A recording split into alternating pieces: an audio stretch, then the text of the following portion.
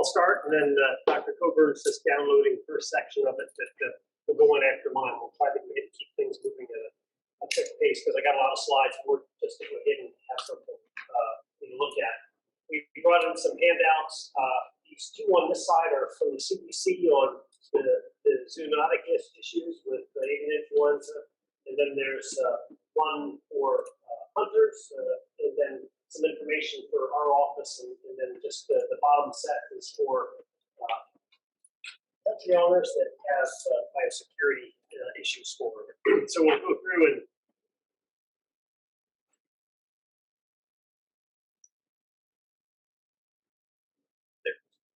so avian influenza has been hit in the headlines, and what it is divided into two main categories. It's this highly pathogenic and low pathogenic, and that's defined based on how it affects poultry. So if it kills poultry, then it's highly pathogenic. If it doesn't, it just makes them a little sick. It's low pathogenic. And so there's a lot of strains. There's anywhere, they name them, like this one we're dealing with now is H1N1. Well, there's many strains, and so you can have each strain anywhere from 1 to 9, and then the end is 1 to 16. So there's a lot of different variations you can have. Generally, with waterfowl that are the main carriers, the reservoir, there's no illness in those birds. The North American strains that we have all over the place, and every year don't cause any problem with our waterfowl. But the problem is this one that has gotten into the United States and North America is a little bit different. It's highly pathogenic to both poultry and to waterfowl.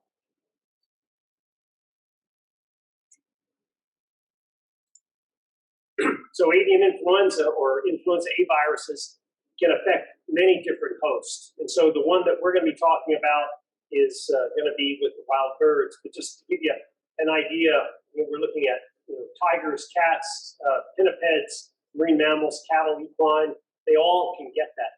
Generally what happens is if one species gets it, it doesn't spread very easily from one to another, other than avian to pig to human, because the avian and swine have similar receptors for the virus, and the swine receptors are very similar to human receptors, so that they have that interconnection. So what we're going to try to deal with or focus on now is just the issue with the H5N1 and the spillover from wild birds to poultry, and then the possibility of spread to human beings, which in this case with this H5N1 is very low.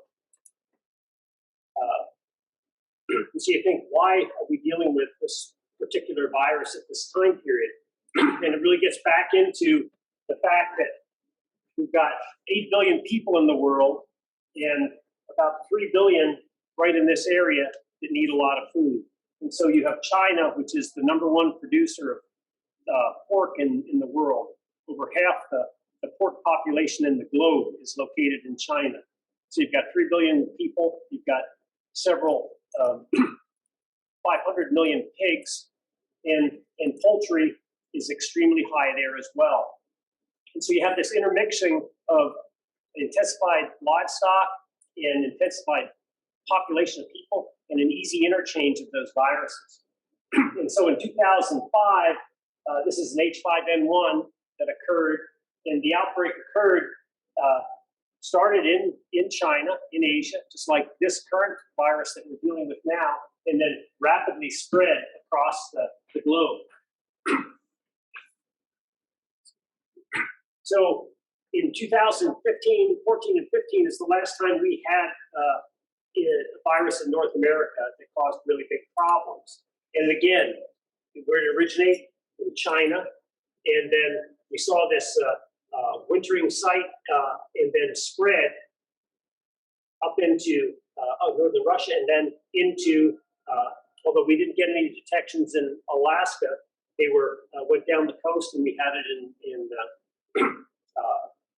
Vancouver and British Columbia, and then down into the Pacific Northwest, and then into the Midwest states. And so when we look at that spread, it started, and you can see where the detections were, started in Asia. And what was very unique about this is that it always goes into Europe and down a little bit into Africa. But in this particular case, it was detected high up in Russia, in Mongolia and Kazakhstan area. And that's the key thing that turned the USDA onto this virus that we're dealing with now.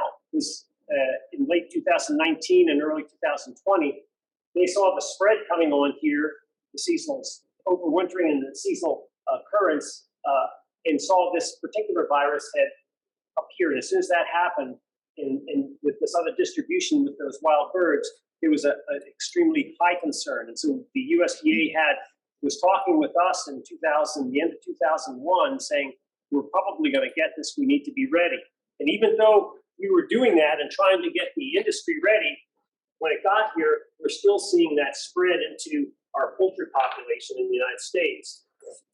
And so this just shows you through November and January 2015, it spread up into the Pacific and Mississippi flyway and then went across the United States. And in that case, I mean, there were 50 million birds that were affected and euthanized to go ahead and try to control that. Right now, we're dealing with I think it's about 35 million, but totally different distribution as we'll go ahead and see. And so as the virus spread, it's direct bird-to-bird contact and then indirect contact. So you can end up having infected birds shed that in the environment, and then they can go ahead and infect the water, contaminate the water, and contaminate the food sources.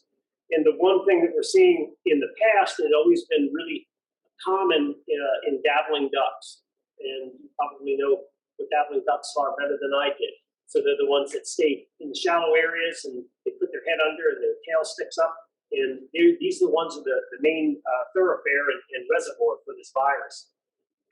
And so the thing that we see is that we have that direct contact with bird shedding and the indirect contact, but in this situation with this particular virus, we're seeing a very long survival time in aquatic environments, extremely long in the lower 48 now, where we're seeing outbreaks still occurring after the wild birds have migrated out of the eastern side of the country. And up here in Alaska, it's even worse and longer survival times because of our cold, wet environment. So the USDA and the U.S. Fish and Wildlife and USGS have done studies and showed they went ahead and put virus out in the fall and put it in a little container, threw it into a pond, and they let it go through the winter, came back in the spring when the ice was out, pulled it up, and they had that container that contained the virus as well as other sample containers that were virus-free, and they isolated virus in all those containers. So it does last and survive up here, and year to year we get that spread. And that's the thing that's of most concern for us now with this particular outbreak that we're seeing. We'll talk about that in a second. So the clinical signs that we see are generally, in most cases with poultry, is sudden death. And you're talking about death rate between 70 to 90%. And you're seeing that occur in Utah. They have a detection just last month. They went in, it was a 10,000 bird facility. They went in and had the detection of it fairly early. They had a mortality rate that had increased from their normal about 3% per day of birds dying in that poultry operation, and it went up to about 7%. And so they went in and said, I think we got a problem. They went in and tested. By that end of that day, they had several, I think 300 to 500 birds dead. By the next day, they had several thousand birds dead. And before they could go in and even depopulate, I think they depopulated about less than about 1,000 birds, and the rest of the population that was already dead. So this is extremely rapid spread and mass mortalities. And generally, we'll see the birds that will have nasal discharge or sometimes difficulty breathing. With this particular virus, we're seeing really classic as the neurologic signs. When Dr. Coburn and I went out to look at the case that was up here in Alaska, they had chickens and ducks, and we went out there. The chickens were just depressed, and generally within 24 hours, then they were dead. The ducks, when they finally got infected, which was about 2 or 3 days after the chickens got it, they came down with severe neurologic signs where they looked like they were having convulsions, tremors, inability to rise, inability to, incoordinated when they walk. And the difference with this in this virus now is that it is impacting our wild bird population.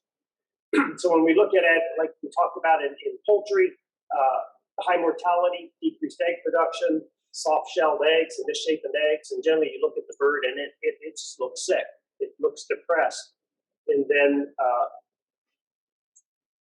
you'll generally see that the most common things and early signs are the discharge from the mouth and the nose, the swollen cone, and discoloration. Generally it goes from that bright red to where it starts to get a little bit darker in color.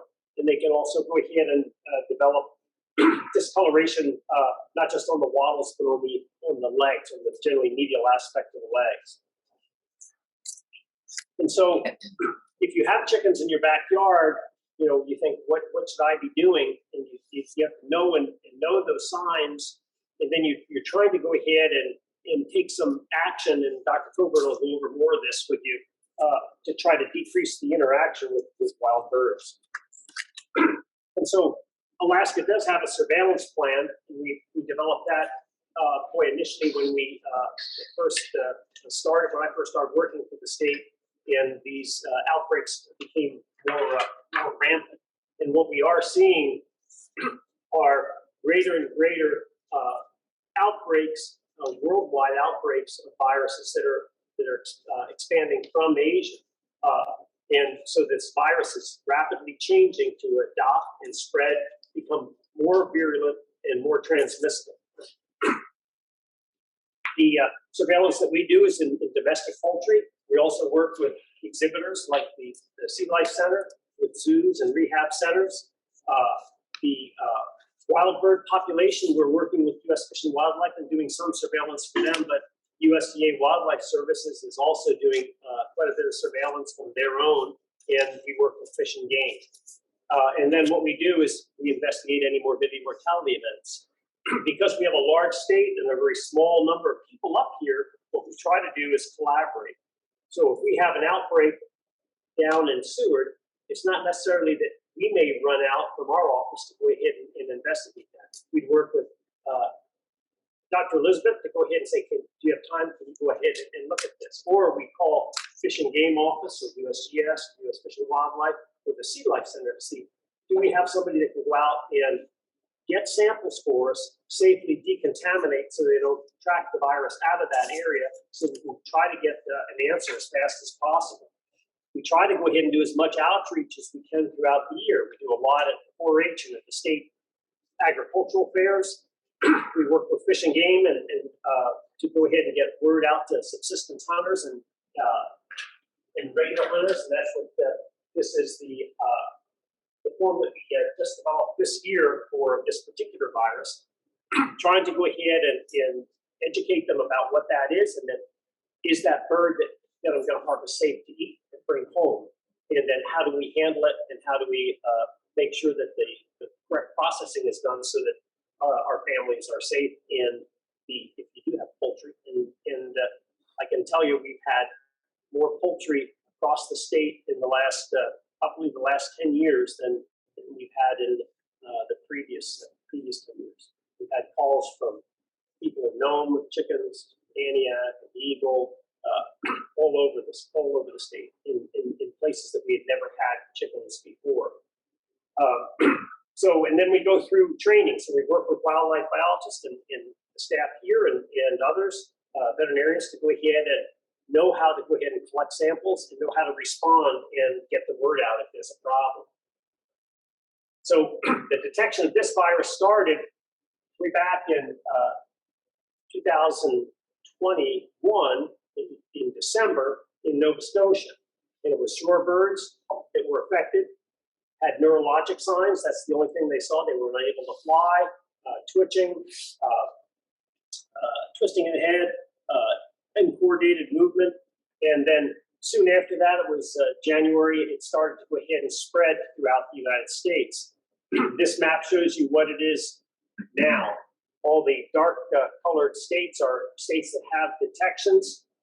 And when you look at the number of birds affected, Iowa is kind of leading the way with the total number of poultry that is affected.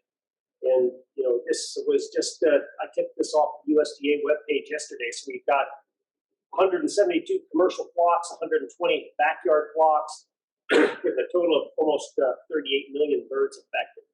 That means affected means they're sick, and then every bird on that premises is then euthanized and moved to go ahead and try to prevent the spread. What's different about this than the last virus outbreak we had in 2014 and 15 is that we're seeing these outbreaks occur. They're popping up indiscreetly all over the place. It's not we have one poultry operation infected and then it spreads from that poultry operation. So we're not seeing the same lateral spread we had in the past. We're seeing now wild birds moving it, and each individual wild bird population as they go through is spreading it and impacting these states and these facilities. With wild bird detections, this was, like say, yesterday, and they didn't even have Alaska put on it with our wild bird detections. Things do lag from states reporting to when it gets back onto the national web pages, and mostly because we may report something like we ended up having a detection in a goose in excuse me, a Canada goose in the interior, and we're calling it an avian influenza detection because we know it's avian influenza, we know it's H5, but we haven't determined the N characteristics, and we haven't done the whole genome sequencing. And if we had to go ahead and wait for that, it would be another 2 weeks, and then we finally say, oh, I guess we can put it on our map now. But we need to go ahead and get that information out faster. So we're putting things out. We have it confirmed that it's an influenza and it's an H5, but we don't have it confirmed that it's a Guangdong strain that we're seeing in the lower 48, which is so far, once we have an H5, once we get that detection, we have not had one case that's turned out to be something different. And so this is the distribution in wild birds from USGS, and it just shows the distribution in the United States as well as up in Canada. And we have our detection up in Alaska there. So we know it's moving around with wild birds, and what's unique about Alaska that I think it's really concerning to us is that we have two flyways coming up. So we've got the Asian flyway coming up, and the Pacific flyway and the Mississippi flyway coming up. And so these birds, we know what's coming up on this side, the Guangdong strain that's in the lower 48. We don't know what's coming up on this side because those are viruses that are originating from Asia and coming directly over.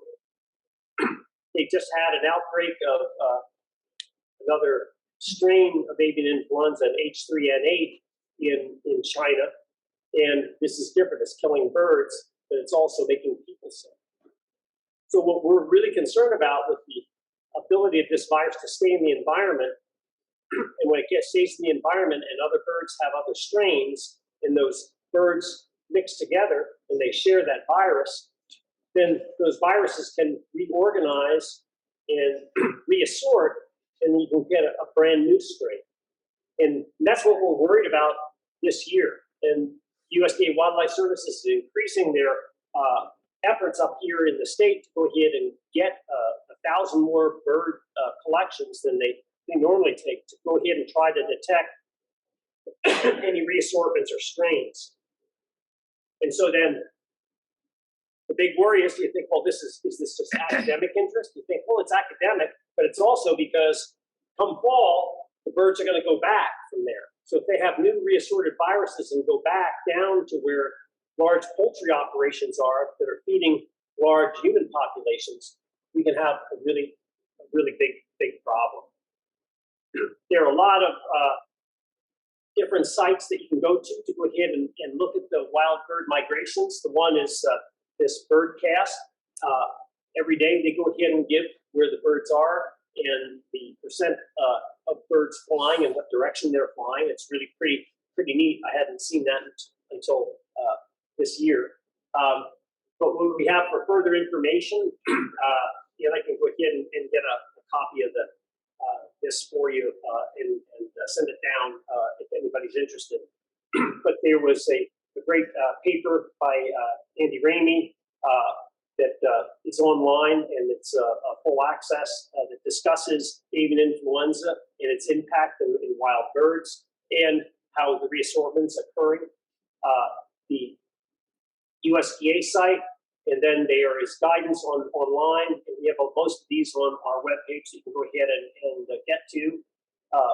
So this one about the dead birds or interacting with dead birds or if you're hunting is similar to what we have up here. And then there's some other things from USDA with respect to your backyard flock protection. And that should do it for me. So we, let's say, we work together as a team. So reporting dead birds, we direct people to go ahead and call the U.S. Fish and Wildlife Hotline.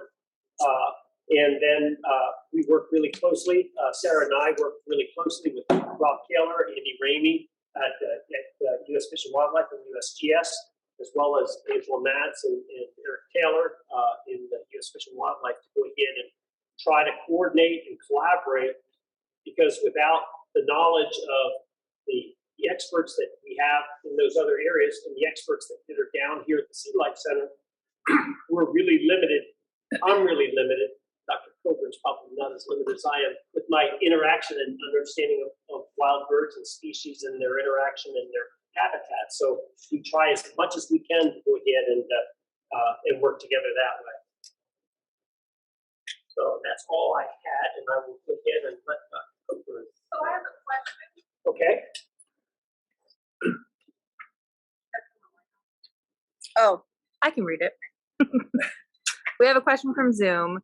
Is there an antidote against avian flu, and how to know if one has it just by mere observation? Okay. So there is no treatment for birds for poultry. There's no vaccines that are available for poultry. There are vaccines that are available, but they are restricted from being used because if we vaccinate birds and they'll test positive for avian influenza with an antibody, we don't know if they've been infected and maybe carrying the virus, or if they were vaccinated. So that's one of the things that they're working on now. For birds, we generally don't use, in most poultry, we're not going to use antivirals or anything else to go ahead and treat this.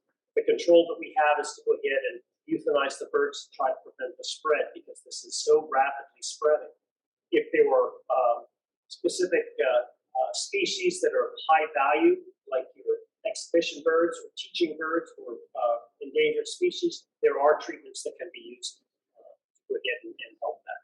With people, there are the same type of antivirals. If this became a zoonotic disease that was affecting people, so far we know that the CDC says it's an extremely low risk, but we use the same antivirals that are being used that were being used for COVID, and can be done that way. Right. So there's your introduction to avian influenza as a particular disease of concern right now, nationally and by the state. And I'm going to kind of transition to things you can do at home to prevent introduction if you have poultry.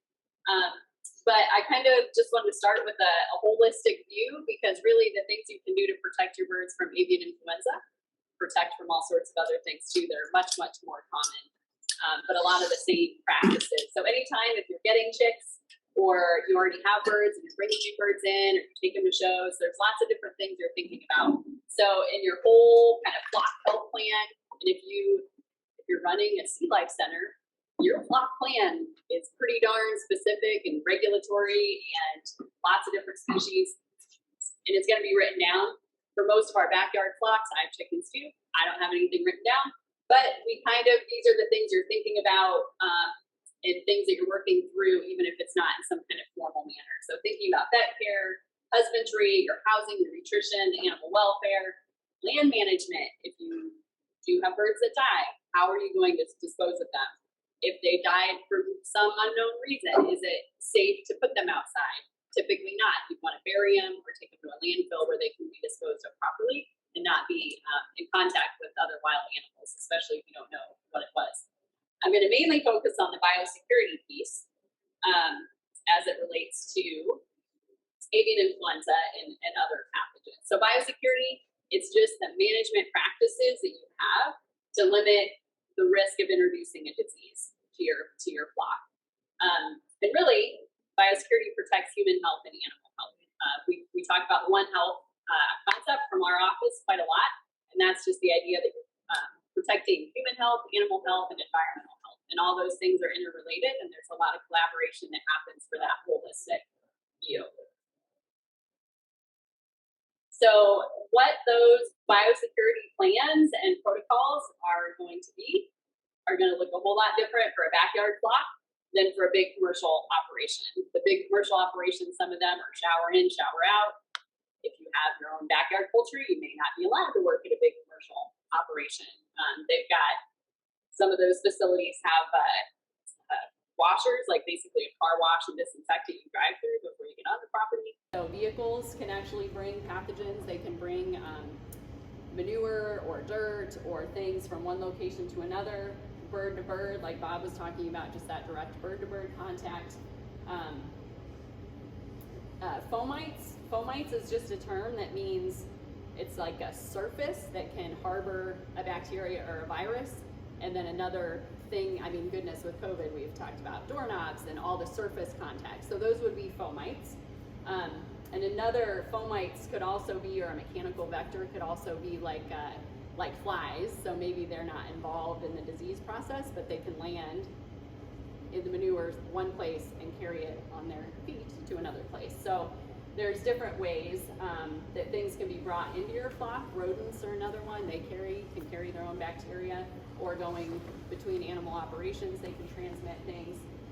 And then between the birds, the fecal-oral route is definitely a possibility where you've got that fecal material in the environment and contaminated environment, and then other birds are coming through and they're eating and on the same land. So all those inputs into your farm are ways that you could potentially bring something in.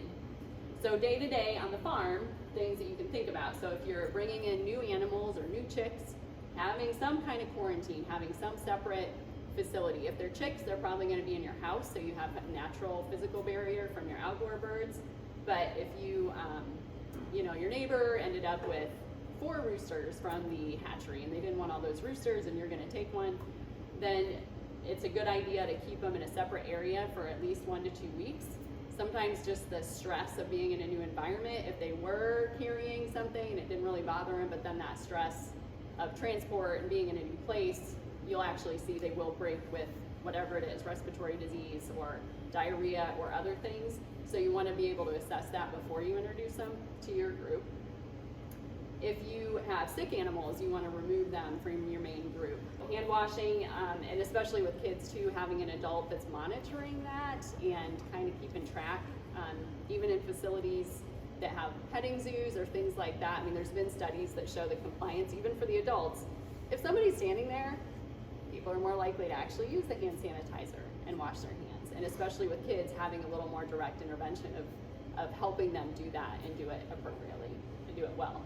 A boot bath, and a boot bath, I've seen a few around the facility here. It can be, everything from a vet might have a big tub and they've got their big tall boots and they're scrubbing and it's going to be deep. But if you have a facility with the public, or again with kids, or just places where people have regular shoes and they're going to walk through it, the mats with the bristles that are that thick, or the squishy mats, or just getting a $10 pan from Home Depot and putting a dilute bleach solution that you walk through, or just having boots that when I come home, regardless of where I've been, when I go to my chickens, I put these boots on and they only go there. Even, you think about feed stores, And if everybody, you know, in my town, everybody goes to pet zoo, and that's where I get my straw, and that's where I get my feed, and that's where I get shavings and everything for my chickens. So if I'm going there, and then the other people that are, you know, coming to buy the 2,000 chicks that they sell in the spring, like, it's all people with chickens come into the same place. So even if we never go to each other's farms, we're all coming to the same place and walking in the same areas. So I can't control really where everybody else has been, but if I just know when I get home, I don't know where, you know, what my footwear might have on it. I just have my dedicated boots. So, and then foam mites. So that gets back to the surfaces. So thinking about, you know, this time of year, because lots of people might be getting chickens, and you go on the Facebook marketplace and, hey, somebody's got a coop for sale, great, that's gonna be cheaper than building my own. That's great, but think about how you can disinfect those surfaces before you bring it in. Not a great idea to share feed bowls or water bowls or things like that. And even on your own operation, if you do have sick birds, being cognizant of that too, that you're not using the same shovel between the two, or same feed and water bowls. So having some separate supplies, and like I said, if you get things that are used from someone else, taking some measures to try and disinfect them. And with avian influenza too, it's, you know, Lysol and bleach and some of the more common cleaners will kill the virus. So yeah, footwear again, I mean really, if you get nothing else out of this, like hand washing and footwear are probably two of the simplest things, you know, bang for your buck, that can be really helpful. And then, you know, ideally, if you are keeping the feed stored inside or covered, keeping things under the feeders cleaned up too, again, just for other pests and rodents, but then even ammonia buildup or just the food that they don't eat all of it, and if it's damp, and you can get some other just kind of general husbandry issues that can come up with that. So keeping things clean, dry, keeping that feed and water out of reach. And talked about it a little bit, but visitors to the farm, I don't expect any of us with backyard flocks are gonna have, you know, a big gate or anything, but is there some other barrier? So in my house, we have there's a little tiny feed room before you go into the chicken area. So if we do have kids coming over, they kind of know, like, oh, you stop before you just go in. And I try to get them to let me know, and I can monitor that interaction with them. And having hand washing available, or hand sanitizer, something. So if you do, you know, in any formalized way, if you have people coming over or school groups, I mean, in those situations, I would definitely have clear expectations. When you come here, here's what we're gonna do. We are gonna spray your boots before you come in, and when you leave, everyone's gonna wash their hands before they go in and before they leave. And if people know that ahead of time, you know, they're generally easier to respect that. The harder thing, in my experience, is there's kids over and everybody wants to run around, and everyone wants to go see the chickens, and it's a little harder to keep track of those interactions with a backyard deal. Shows and other events, and you know, it really gets into that risk analysis and the value of your animals. My sister's family has chickens too. A big part of the reason they have them is to show. They do 4-H, that's why they have the birds. It's not really for food, it's not a business or anything like that. So for them, they take some precautions, but really they're gonna keep showing. And then there's other people that might have heritage breed, or there's things that maybe they just don't even go to shows anymore, because the value of those birds directly to them is what's important. So it really falls into what is your primary goal. And then within that, if you are gonna be going to a show, you know, again, keeping the birds separate when they come back. If you help with some of the planning for a show, or there are things or expectations you can set, is a boot bath gonna be reasonable? Is there hand washing available in the area? If you've got, you know, a family with 5 kids and 30 birds, can you keep them all their cages together and have some separation from the next family of chickens? Are there some things you can just use physically to keep those birds a little more separate? And educating the public too. I think that sign was I'm from Indiana originally. That one sign was from an influenza outbreak a few years ago that they put up. But that's part of educating the public too, is saying, hey, we care about our birds. I mean, the signs from the kids are the best, like help protect Fluffy, you know, or butterscotch the chicken, or, you know, help me protect my bird by you doing these things, by not handling my animal, or not feeding this animal, or, you know, and again, there's all sorts of reasons the public should not be feeding animals that aren't their own. So there's other ways to do that, but you can do it in a way that's good for the public and good information and good for kids to explain those things to people. So taking advantage of those learning opportunities for the benefit of the animals and the people. Again, that domestic wildlife interface, as it relates to avian influenza, having a roof on the coop is one of the biggest things. Free ranging gets really tricky, and we've talked to people in different parts of the state, and it's like, oh my gosh, I was gonna keep my chickens in, but they're used to free ranging, and now they're feather plucking, and they are hating life because they're stuck inside. So then you can go through the other things. Okay, do you have waterfowl around? Do you have birds flying overhead? Where are you located? And one person we talked to was like, oh my gosh, no, I'm really in a low risk area. The more she walked through it, she decided to do, you know, limited free ranging. For some people, having a roof over the coop, one family said, you know what, just the way it's set up right now, we just can't do it. We can't have a tarp. We're just accepting that that's a risk we have, but we are gonna go ahead and keep them from free ranging to these other areas where there's cranes. So, you know, it's gonna be a little bit different for what's feasible for each person. But again, don't do the things that actually would attract wild birds and encourage those interactions. Bird feeders, that's kind of come up, I think. Generally speaking, those little songbirds and things that are at bird feeders are not known to be a part of the transmission, but on the whole, with this current virus, do we want to encourage birds to be congregating that normally wouldn't be congregating? Perhaps not. So kind of the general recommendation right now is, you know, bird feeders and bird baths that typically are congregating birds, maybe not the best time to do that. And again, with ponds too, if you have a pond or waterway nearby, your level of alertness for what actions you should be taking should be amped up. Yeah, and Bob mentioned some of the things. So the Office of the State Veterinarian, these are for all sorts of different animal health programs and disease surveillance, and we consult with veterinarians and animal facilities on disease issues and animal health. And then we have regulations on importing animals to make sure we don't bring in diseases, or we have some awareness of what animals are coming in. So specifically to avian influenza, just a few of the partners that we're working with in the state of Alaska that are involved. Cooperative Extension's been really good at getting some information out to people. Fish and Game and USGS and Fish and Wildlife Service are all doing surveillance, and we're coordinating with them too as we're able to get samples from around the state. And actually Department of Health and Social Services. So avian influenza, this particular strain, is not a high risk for people. It's actually incredibly a low risk considering how many people around the world at this point have been in contact with sick birds. But there is a potential there. So if you are in contact with birds with avian influenza, Department of Health is gonna call and say, hey, you know, we're gonna check in with you a week later and make sure everything's good. So, and then USDA from the national standpoint, they're the main agency that deals with livestock and poultry diseases. So we're increasing our surveillance. We do necropsies at the lab. We don't have a fee for that.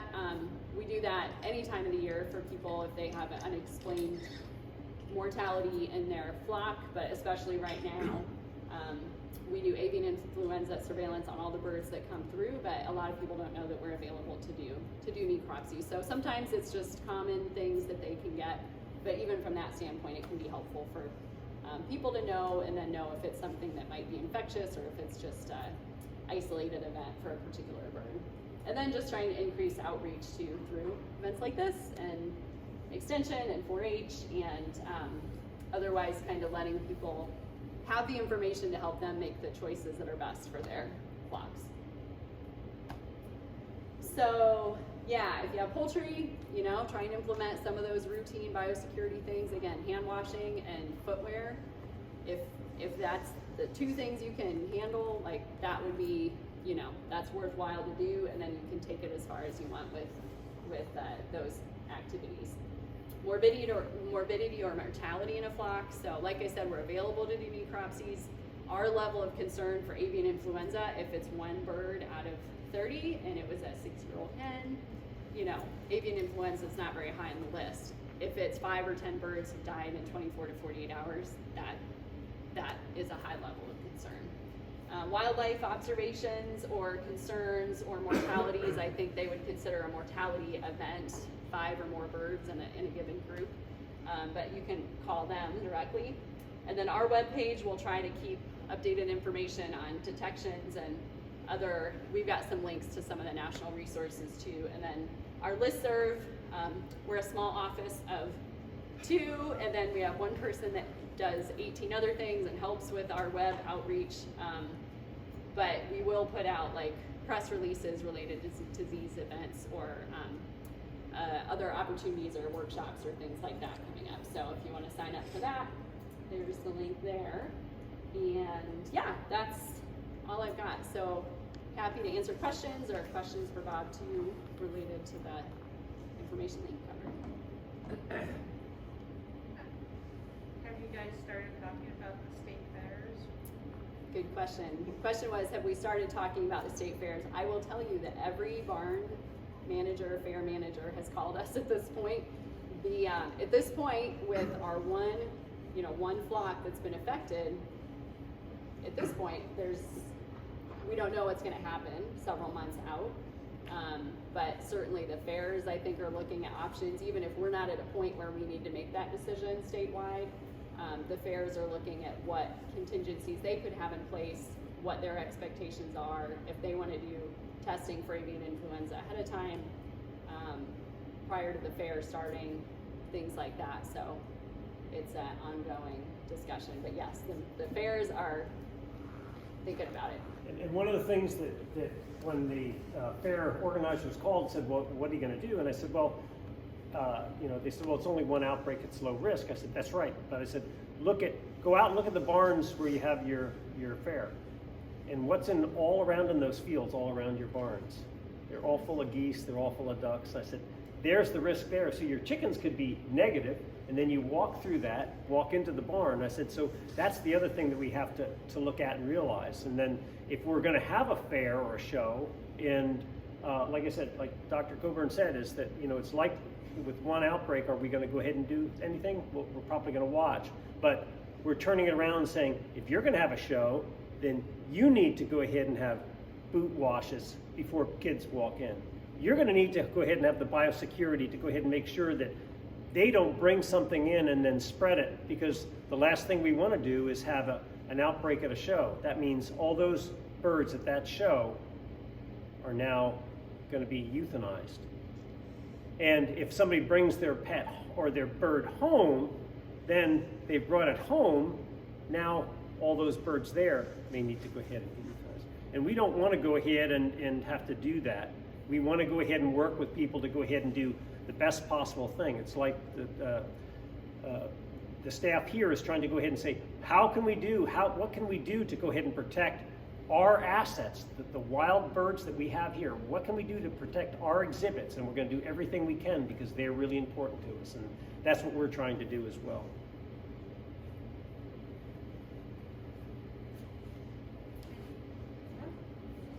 So if we really have a bird that passed away and sample it, what's the best plan then? Should it be buried? Should it be taken to the dump where the bears all hang out? What's the best plan for us? For disposal, I think it depends on what area you're in specifically. You're down here. I mean, appropriate burial that's deep enough that predators aren't going to get to it is about the best scenario. And I don't know what the landfill facility in our area, that is an acceptable location because of how it's set up, so it's protected from animals. So if you have 1 bird, then and you think, gosh, I can't bury it because I have a small lot, and so you think, well, you can go ahead and double bag it so that you can go ahead and protect it from being observed by other predators that may go in the landfill, and then dispose of it that way. That would be appropriate. If you can bury it, then like Dr. Coburn said, is that you'd go ahead and make sure it's going to be deep enough that, and you're not going to put it in a plastic bag if you're going to bury it. You're going to bury it and let it decompose. in the lower 48, they're going through composting facilities to go ahead and do that. That's not really probably the best option up here with our temperatures and with the smaller operations we had. If we had a several thousand bird operation or flock, then we may go ahead and try to consider that and try to set up a composting facility to do that. But that means it's then us monitoring that to make sure it gets up to the proper temperature, that the virus is eliminated, and then we have to go through that, what we call a fallow period, so that no birds can be on that property where that compost pile is, and no birds can be on a positive facility for X number of days. And actually, if it's a backyard flock now, the recommendation in the standard is 150 days. That means you just lost your whole summer.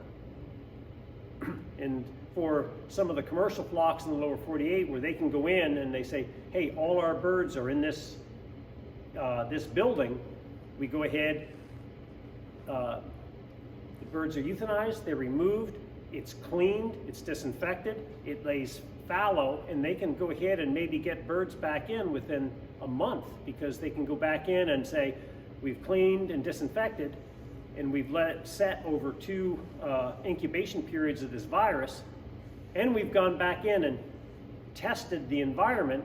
So we tested the inside of the building and we can't find the virus, then the USDA will let them go in. But when you're talking a backyard flock where the birds are running outside, there's no way we can go ahead and, disinfect and clean the dirt or the ground. So that's why it's that long fallow period.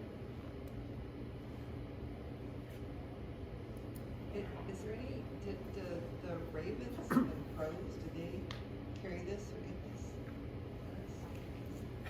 Well, the raptors seem to be, and we've had a couple, I think we just had one crow that's been submitted, and we don't have the test results back on, or do we? No, we don't have the test results back on that yet, but it would be possible that they could, and it's known to go ahead and be in raptor and predator species. I mean, they've had turkey vultures back east that was really hit hard in several states. I think Florida was the first one that I heard of, and they had no poultry operations, but the zoo had taken all their birds in and put them under cover, and they ended up having almost on a daily basis of turkey vultures falling and dying in the zoo grounds, where they had to go ahead and get the bird and clean and evacuate, and then put boot washes again all around the area to go ahead and do that. So we don't know the total number of different species of wild birds that have been or can be affected,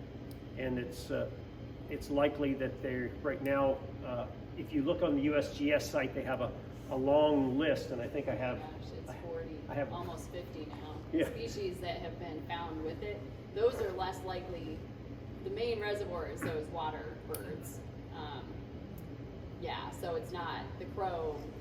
Is less likely to be the one bringing it, but they can get the virus and can be affected by it. And this round in particular, this particular strain seems to be, like Bob was saying, the raptors. I mean, there's been, I don't even know recently, but about 40 bald eagles that were known to have died from it in the lower 48 in the past few weeks. So, and snow geese, there's been a number of snow geese mortalities as well in the Midwest. So, and I Snow think geese, Ross's geese, and Yes. Canadian geese, the three big ones that have been in there. And in 2014 and 15, USDA and ARS and the Southeast Poultry Center had done studies to say, well, can passerine birds get sick? And so they went ahead and infected these there's several passerine species, and they had some that got sick and some died, some that were carriers, and some that they couldn't even infect. And so their conclusion was it varies with the species, even within that passerine classification. So it depends. You say, will that be the same for this virus? And you think, no, because each one of these viruses, like this one, is extremely different from any ones that we've seen in the past, especially with the mortality in wild birds. I just wanted some clarification, I guess. So, as I understand it, waterfowl and shorebirds are like the big reservoirs for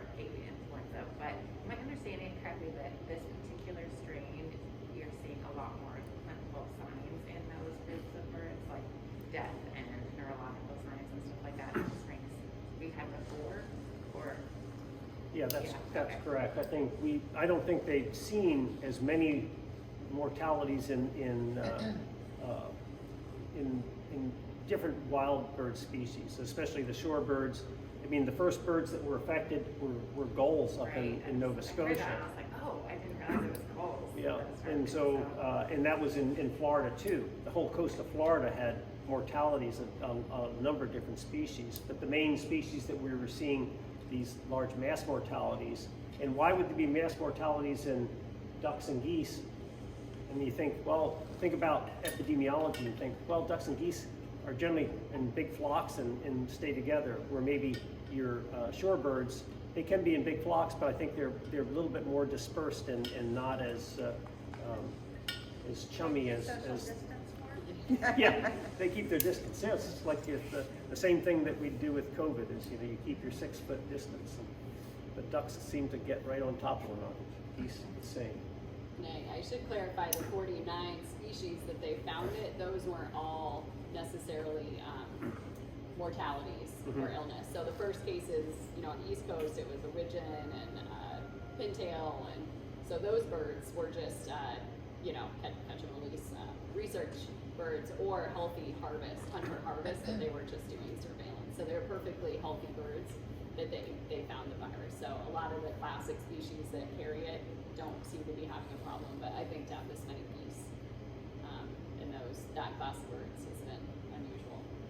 And I think it was really interesting in one situation in I think it was in Iowa, and Sarah and I were on the talk, and they had this lake up here, and then they had one poultry operation, big, and then on the other side over here was another one. And so right away, this poultry operation got avian influenza, and they were depopulating it, and all of a sudden this one got it, and they said, well, that's probably the same virus. And they looked, and it was a totally different strain of the H5N1. And so it was like, well, here's their source. These wild birds here, they had individual infections there, and so it's spreading a lot differently than we've ever dealt with in the past. And these wild birds are the virus is able to propagate and put out large numbers of virons to go ahead and affect other birds and cause problems. I think in 2014 and 15, they used to think it was very limited aerosol spread of the avian influenza virus in poultry operations. But they saw in some of these larger operations where they had barns that were somewhat anywhere from 40 to 100 yards apart, and the infection was going from barn to barn, not because of workers moving it, but was the air circulation systems, the ventilation system was out of the one affected barn was blowing in transporting the virus and far enough to go ahead and it was intaking air intake from the other building and then infecting those populations of birds.